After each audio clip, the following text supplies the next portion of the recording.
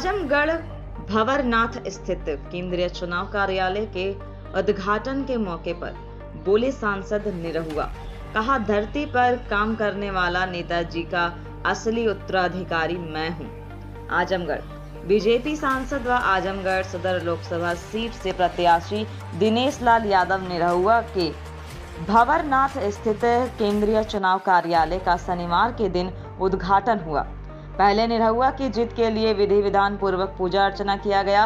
इसके बाद भाजपा जिला अध्यक्ष आजमगढ़ श्री कृष्ण पाल, सांसद दिनेश लाल यादव निरहुआ, पूर्व जिला अध्यक्ष पीपी राय, जिला प्रभारी अशोक सिंह, पूर्व विधायक राम दर्शन यादव, पूर्व विधायक वंदना सिंह आदि की मौजूदगी में फीता काटकर केंद्रीय कार्यालय का उद्घाटन हुआ।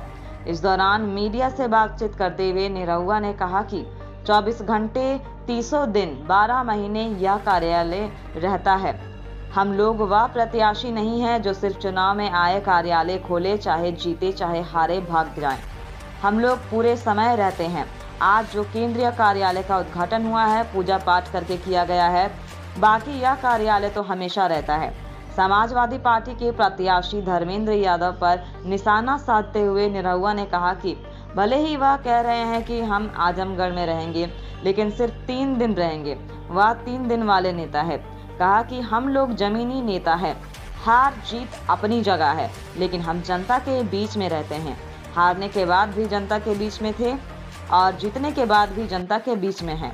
कहा कि आगे भी हम जीतेंगे और जनता का काम करेंगे। कहा कि नेताजी मुलायम सिंह यादव ने आजमगढ़ में अच्छा काम किया था। इसके बाद जनता ने अखिलेश यादव को मौका दिया था, लेकिन वह 4 साल में ही मैदान छोड़कर भाग गए। इसलिए नेताजी का असली उत्तराधिकारी मैं हूं, जो नेताजी के काम को आगे बढ़ा रहा हूं। आजमगढ़ में रिंग रोड बन रहा है, एयरपोर्ट का उद्घाटन हो गया है, विश्वविद्यालय का उद्घाटन हो गया है, संगीत महाविद्यालय बन रहा है। इसलिए हम कह रहे हैं कि जो धरती पर काम करता है वही धरती पुत्र मुलायम सिंह उत्तराधिकारी हो सकता है, हवा में रहने वाला नहीं। निरहुआ ने कहा कि धर्मेंद्र यादव 3 दिन वाले नेता हैं। 3 दिन रहने वाला नेता 30 दिन रहने वाले नेता से चुनाव नहीं लड़ पाएगा।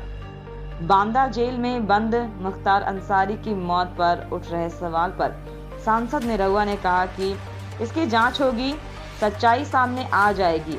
आरोप तो कुछ भी लगाया जा सकता है। कहा कि मुख्तार अंसारी के बारे में मैं कुछ नहीं कह सकता, यह कानून तय करता है, कोर्ट तय करता है कि अपराध किया है या नहीं किया है। आजमगढ़ की जनता की मांग थी, वो सब हम लोग करा रहे हैं। आजमगढ़ की जनता ने हमसे मांगा था कि महानगर जो महायोजना लागू हो जाए, तो भी माननीय मुख्यमंत्री जी ने लागू कर दिया। तो ये नींव हम लोगों ने रख दिया है। अब इसमें विकास का बड़ा महल खड़ा करने के लिए हम लोगों को चाहिए कि 5 साल फिर से अवसर मिले, ताकि हम आजमगढ़ को अच्छे से चमका सकें। विकास कोई नहीं हुआ आजमगढ़ में, तो विपक्षी से आपको पूछना चाहिए कि ये जो विश्वविद्यालय बना है ये क्या है, जो संगीत विद्यालय बना है ये क्या है। उनसे पूछिए कि ये जो रिंग रोड बन रहा है वो क्या है, नई रेलवे लाइन बन रही है वो क्या है। आपको सवाल करना चाहिए उनसे।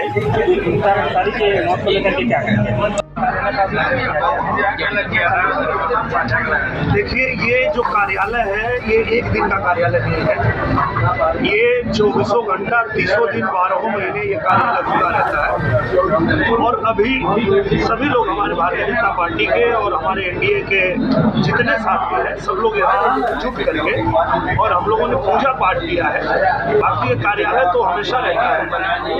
वो अलग लोग हैं जो आते हैं, सिर्फ चुनाव में कार्यालय खोलते हैं और चुनाव के बाद जीते हारे उनका कार्यालय खत्म हो जाता है, वो दिखाई नहीं देते। पर ये कार्यालय आपको हमेशा रहता है और जनता के बीच में रह के हम लोग काम करते हैं और इसीलिए जनता हमें दोबारा अवसर दी है। क्या लगता है इस बार के चुनाव में क्या कहेंगे, क्या मुद्दा रहेगा आप लोग? मुझे लगता है कि आजमगढ़ को 30 दिन वाला नेता चाहिए। 3 दिन वाला नेता नहीं चाहिए। मोबाइल आ रही है 300 दिन महीने में आ रहे करके काम कर रहे हैं, जनता के बीच रहते हैं और तेजी से विकास काम हो रहा है। हमारा आजमगढ़ का रिंग रोड बन रहा है, नया रेलवे स्टेशन बन रहा है, विश्वविद्यालय बन गया है, संगीत विद्यालय बन रहा है। इसके अलावा हमारा जो गलीचा का पुल बन रहा है, जाहिर करेंगे, दुख प्रकट करेंगे और हम भी दुख प्रकट करते हैं। आप ही के जिले के रहने वाले जी, इसलिए क्या कहेंगे इसको ये परिवार के साथ मेरी भी संवेदनाएं हैं, क्योंकि इस दुख की घड़ी में हम परिवार के साथ हैं। किसी के भी परिवार में मृत्यु होती है तो संवेदना जाहिर करना हर व्यक्ति का कर्तव्य है। संवेदना जाहिर करना परिवार लोग मानवीय का आरोप लगा रहा है। मुझे लगता है अगर किसी तरह का भी आरोप होगा तो उसकी जांच होगी और जांच में जो भी होगा वो सामने आ जाएगा। 2004 में अजीत राय